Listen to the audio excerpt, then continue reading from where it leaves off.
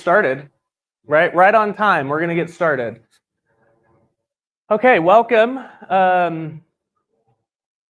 My name is Aaron Francis. I am going to, it's part descriptive. I'm gonna try to tell you how to publish your work, change your life, and it is part history of how this has actually happened to me. So we're gonna talk about a lot of stuff. First, who am I? I am historically a Laravel developer, a developer, educator. Yeah, Laravel, thank you. All right, better than I expected. I primarily teach databases. So we have a course on Postgres, mastering Postgres, high performance SQLite, and then I also teach a course on how to make really good videos. My whole life is just making videos, and so you can find me all over the place, primarily on Twitter. I have moved to Blue Sky, and it's kind of nice over there, but I still spend a ton of time on Twitter. Oh, Blue Sky fans. So you can find me there. More important than anything listed on that screen is this. I'm a twin dad 2 times over. We have 2 sets of twins. So I have 2 3-year-olds and 2 1-year-olds. So if you think that it's a miracle that I'm here, you are correct. This is my wonderful family. I do not share pictures of kids' faces, but I want you to see just what a nice, we all look alike, so just please don't tweet this one. This is our family. So that is our beautiful family, and there are a lot of good sponsors here. I need to thank my sponsor that allows me to do everything, and that is my wife.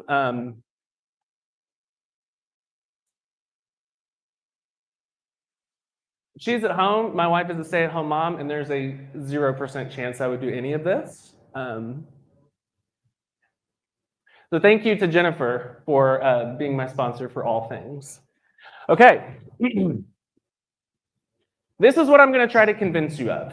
This is my hypothesis. Publishing your work increases your luck. Each word was chosen very specifically. This is what I'm going to try to prove to you today. Hopefully I will be successful, but I am going to try to prove to you that if you are in the habit of doing work and talking about it, opportunities will come your way. Opportunities over which you have no control will come your way. If you talk about something enough, you become known as the person who is really good at that thing. If you talk about databases enough, like I do, people start to think of you as the database guy. That's just how it works, and things start to come your way. So we're going to break this down into 3 different parts: publishing, work, and luck. And we're going to start at the end and work backwards. We're going to talk about luck here at the beginning. For the purposes of this conversation, I'm going to define luck as something unexpected and good. Unexpected and good. In our little world, unexpected and good can manifest itself in a bunch of different ways. It can manifest itself as someone reaching out to you proactively and offering you a job, or reaching out to you and saying, hey, do you want to be on my podcast? Or it could be your open source library starts to gain traction out of nowhere. That's unexpected. That's good. It could be that you come to a conference and make a bunch of friends where you have previously felt pretty isolated. That's unexpected. That's good. It's also outside of your control. I cannot force somebody to offer me a job. I cannot force somebody to adopt my open source library, and that is frustrating. I like being in control. I am no longer in control because I have 4 children, but I like being in control. And it's frustrating that these things are outside of our control. But my postulation is you can increase the odds of these things happening. Let's talk about work. So this word is, I left this word intentionally quite vague. Work, you get to decide.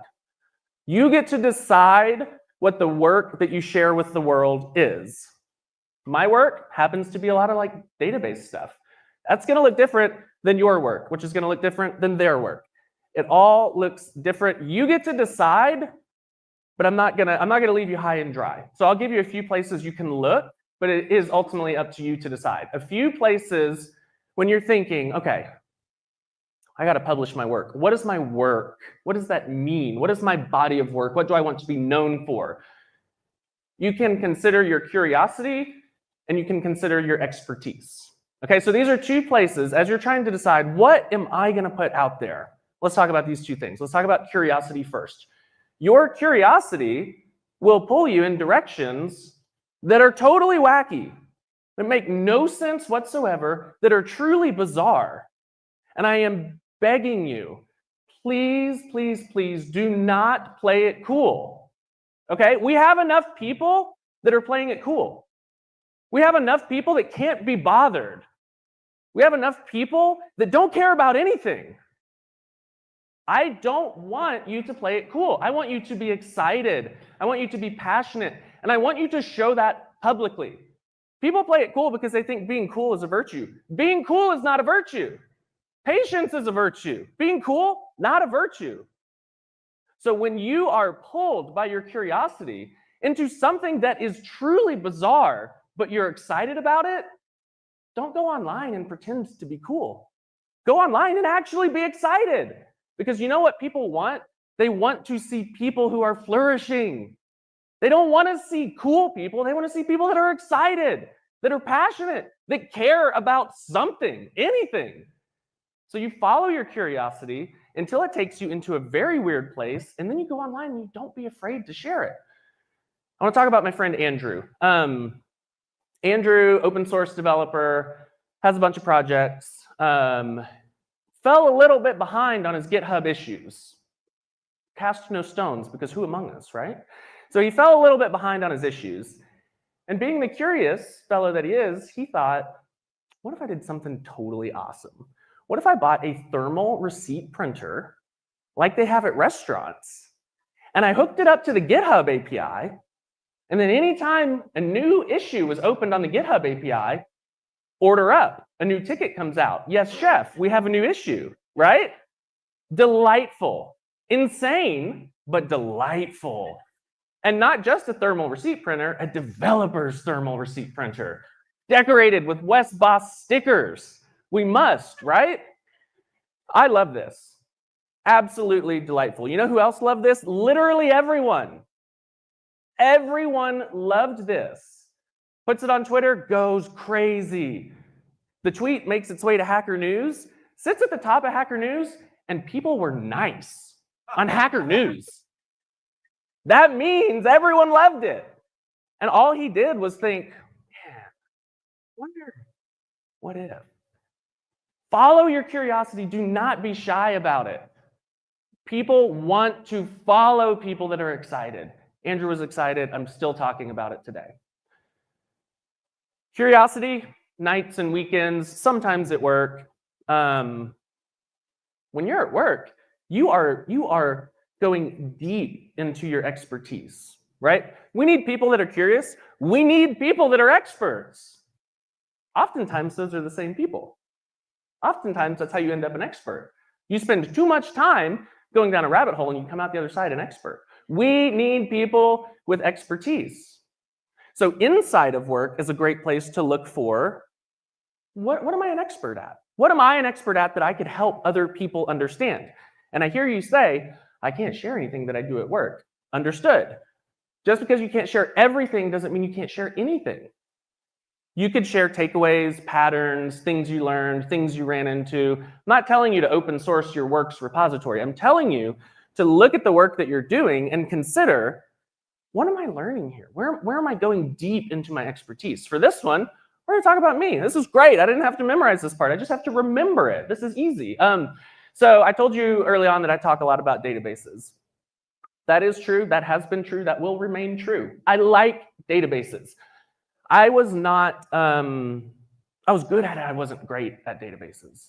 I enjoyed it, but I didn't have, I got my degree in accounting, for goodness sakes. What do I know about databases, right? And so I didn't have that expertise. And I thought, you know what exists? Books. Books exist. What if I bought a bunch of books? What if I bought a bunch of books and I read everything that I could read about databases? In one of those books, I found a pattern for paginating records using limit offset without incurring the limit offset slowdown. And I know the crowd's going wild. Everybody wants to hear about that. We'll talk later. But listen, I found it incredibly interesting. And so I wrote an article I wrote 3,000 words about something that doesn't really matter. But I was interested in it. I was super interested in it. And I wrote 3,000 words about efficient pagination using deferred joins. And if that's not thrilling, I don't know what is. But here's the thing. This is still, I wrote this a few years ago, this is still the most trafficked blog post on my site. Because I spent a weekend diving into my expertise, and I came out the other side and thought, why is nobody talking about this? This book was written in 2004 and it still works. Why is nobody talking about this?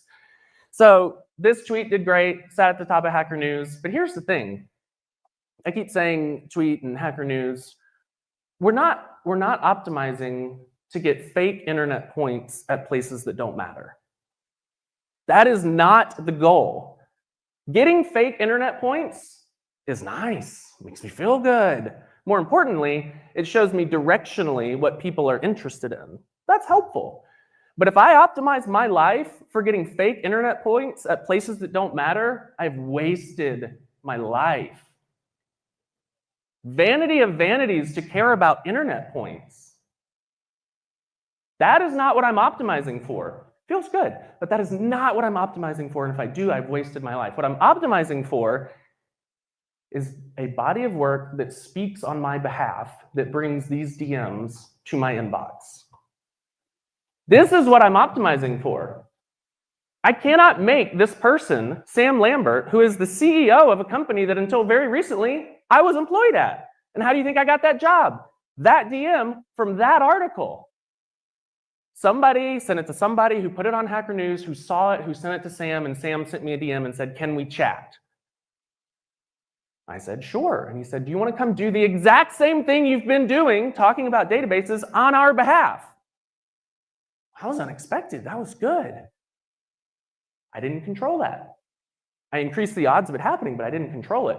But listen, it doesn't make you invincible. Same job. We're not optimizing for invincibility. I got let go. Half the company got let go. I am not invincible. You know what I am? I'm resilient. This is my calendar the next week. I got let go, and I put out one tweet and said, guys, I got let go and I'm embarrassed. I need to know what's next. And because I had been putting myself out there, there were people who were ready to help me. I'm not invincible. I'm a lot more resilient because I have a body of work that speaks on my behalf.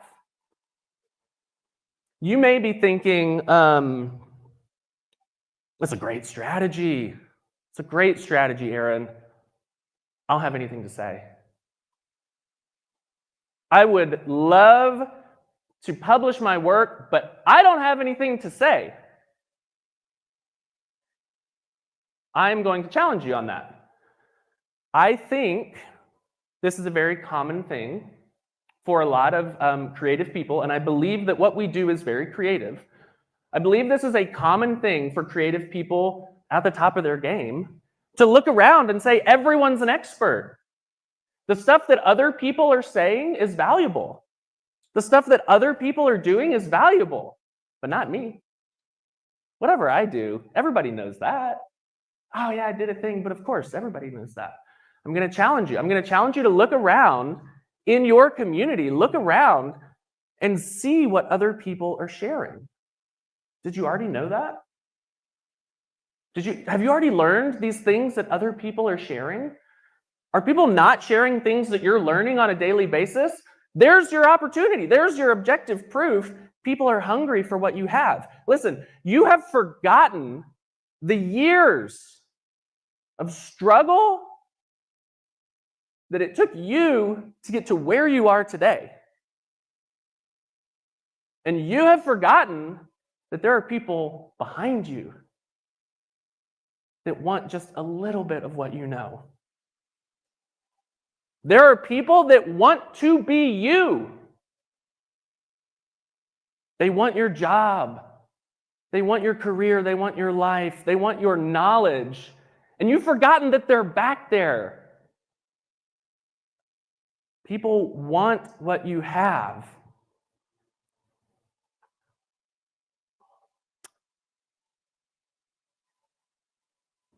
The thing you might think is there are a lot of people talking. There are a lot of people publishing. There are a lot of people talking.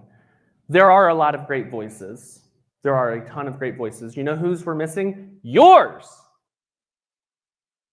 We need yours. You have something to say. You have a unique set of life experiences. You have a unique background. You have a unique way of looking at things. We need your voice. It seems like doing the work should be the hard part. You've done the work, right? You wrote the blog post. You made the open source library. You designed the thing. You made the video. Now you just got to push the button. Ah, what relief. Wrong. This is the hard part. This is the hard part for me. This might be the hard part for you. It is easy for me to do the work. It is easy to sit alone in a quiet room and do the work. It is hard to put it out there. It is hard to expose yourself to criticism. It is hard to be vulnerable. It is hard to open your work up for feedback. And it is hard to do that on the internet. The internet can be a cold, mean, and horrible place. It can be a delightful place full of connection. But you never know which one you're going to get. You put it out there and you have no idea. This is the hard part for me. So the question is, what do we do? Right? If we're afraid, what do we do? There are parts of every part of this talk I can't do for you, especially this one. I will tell you what I don't think is the answer, and I don't think the answer is just ignore it. I don't think the answer is use your powerful brain to act like the fear doesn't exist. That might work. I don't know if it's healthy. I don't know. It might work. Doesn't work for me. I'll tell you what did work for me, and maybe it will be instructive for you. Until 4 years ago, my greatest fear was what other people thought of me. To be frank, I did not want people to laugh at me. I did not want to be embarrassed. That was my greatest fear. I didn't want to be embarrassed. And so it kept me on the sidelines. I'm not sharing work because if I put work out, then people might say something. If they say something, that might be embarrassing. Therefore, I don't have to put anything out there. I started to realize, however, I was watching friends get jobs, speak at conferences, go on podcasts, make other friends, and I started to grow bitter.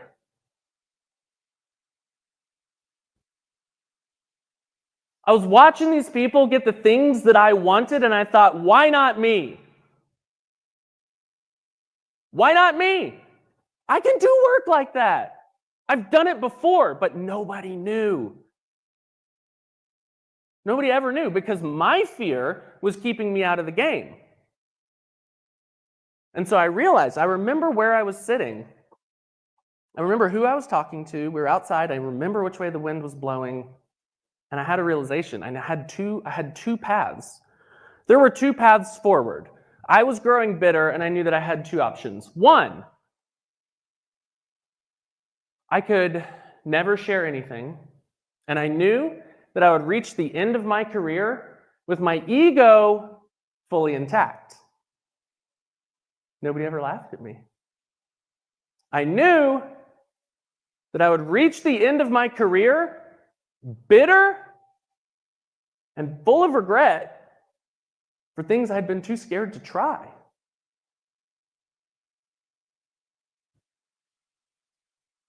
And so suddenly the options were literally be laughed at, potentially, on the internet, or die full of regret. It's a pretty easy option at that point. The trade-off doesn't seem so bad. I do not want to reach the end of my career and have the overwhelming feeling as I look back, think, I wish you had cared less. I wish you had tried more. So suddenly, it became very easy. It became very easy because this other fear was way bigger than potentially being laughed at by people I don't even know. And so I took the second route and I started sharing everything that I was working on. Literally that day, night and day, I started sharing everything. And the entire world opened up before me. Every single thing that I have gotten since then has been a result of this, and every single thing has surprised me. I can draw a straight line, and I will, from March 2021 when I decided, this ain't it, I gotta change, to where I am today. From March of 2021, when I was practicing putting myself out there and I made some dumb little tweet, and I'll show you what it is, to getting laid off and now successfully running our own company. I can draw a straight line. This is the dumb little tweet. And I want you to note how dumb it is. Why is there so much jargon? What is this guy trying to say? What does any of this mean? And here's my state of mind at the time. I thought, that's a pretty good tweet. You really did it. This was a response to a guy called Jonathan Rennick. He was looking for some help for something, and I was like way down this expertise rabbit hole. And I came up and thought, oh, he knows exactly. I mean, this is probably not news to him, so I don't need to explain it very well. I'll just tell him what he already knows. His response, what does this mean? I have no idea what you're saying, but maybe could you help us? And why? I know something that other people don't know? This guy who I look up to is like, I have no idea what that means, but will you help us figure it out? Holy, total perspective change here. And so that was the moment when I realized, wait, maybe I have something to say. So the dumb little tweet turned into an open source library. Using my new practicing sharing muscles, everything I was doing with that open source library, I was tweeting about, making little videos, writing blog posts, etc. Somebody that ran a meetup saw it. The package is called Sidecar, and he said, hey, I've seen what you're doing. Do you want to come talk at a meetup? And y'all, I thought I had made it. I thought, this is it. I have been invited to speak at a meetup. My dreams have come true. This is it. He saw what I was doing and reached out to me and gave me an opportunity that I had always wanted. I took the video from that meetup and submitted it to a conference. And the guys that ran the conference said, sure, come on, big guy. And y'all, I thought I had made it. I thought, this is it. I have arrived. I thought, this is such a good story. What if I reached out to GitHub? What if I reached out to the GitHub README project and said, I've got a good story. Do you want to hear it? And they said, yeah, we want to hear it. And so I did a developer profile with the GitHub README project. And I thought, this is it. I'm the king of the world, man. This is it. GitHub reached out to me after that and was like, hey, do you want to write an article for us? It's like, yeah, I want to write an article for you. Of course I do. And I wrote an article called Publishing Your Work Increases Your Luck. And it killed. And I took that article, turned it into a talk at Laracon EU. I'm on the stage at Laracon EU, and I think this is the peak of my career. Shortly after, I'm hosting Laracon US, and I'm hosting Laracon US again. And now, y'all, I think I've made it. I think this is it. But I've thought that before. So I don't know what's going to happen next, but I'm not changing my strategy. My job is to do the work and talk about it, and we'll see what happens. That's not my responsibility. My responsibility is to do the work. That's my job. Do the work, put it out there. We will see what happens. It's nice to put up a timeline of all your wins. It's fun.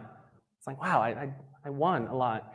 This is a 25-minute talk. That's why there are no losses on there, because we do not have the days required to talk about the losses. We can talk about this one, though. That's me on stage at GitHub Universe. Notice, GitHub Universe wasn't on my timeline.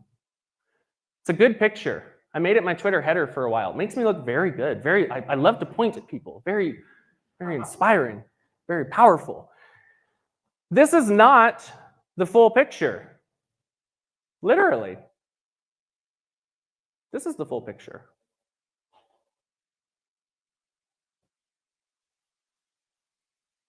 Those 3 people work for GitHub. They're event staff. It's not bad cropping. That's all the people that were there. That's it. Nobody that wasn't paid to be there is there. It gets worse. This is out in what they call the garden stage. People were taking chairs from the audience to turn it around to eat lunch with their friends. In the middle of my talk. In the middle of this talk, where I'm bearing my soul about my greatest fear in life, and people are like, what's going on here? Imagine a boy from Texas heading to California to do a big talk. You tell your parents, I got something big cooking. Tell your wife's parents. Jennifer, tell your parents. Tell your dad. And you get there and your talk is not on the schedule. And you think that's fine. It's live streamed. I'll tweet it and nobody will ever know that nobody showed up. You find out an hour before that your talk specifically is not live streamed. Everyone else's. And so I'm standing on the edge of the stage and the AV guy says, please welcome to the stage, Aaron Francis. And I'm like, who are you talking to? It's you and me, brother. That's it. There's no one else here. And at that moment, if the earth had opened and swallowed me whole, I would have been happier. This is going to happen to you. And it sucks. This is going to happen to you. No one is going to read your blog posts. No one is going to watch your videos. No one is going to use your library. This is going to happen to you, and you have to keep going. You did your job. This is not your responsibility. If you did the work and you put it out there, you did your job. Well done.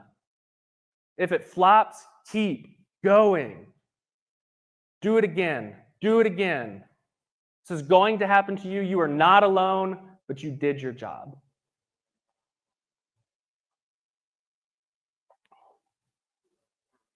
You got to keep going. You got to keep going.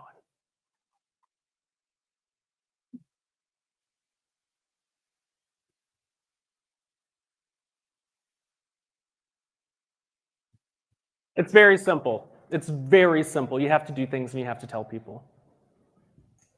That's it. It's very simple. It is not always easy. It is not always easy, but it is very straightforward. Every time you publish something, you're going to be hit with a barrage of well actuallys. Well, actually, I've done this before. Well, why didn't you just use? That's one of my favorites. Why didn't you just use? Man, because I wanted to just use something else. You're going to be hit with a wave of criticism every time you publish it. But listen, for every vocal critic, there are 10 times as many people that are just quietly following along. There are 10 times as many people that are proud of you, sure, for the work you're doing, but proud of you for being brave enough to put it out there. 10 times as many people want your bravery to put yourself out there. And they're just quiet. They're just quieter. And one day, one of those people that has been quietly following along, hoping against hope for your success, somebody that is on your team, is going to reach out to you with a potentially life-changing opportunity. And you're going to think, wow, that was lucky. That was really lucky. Thank you.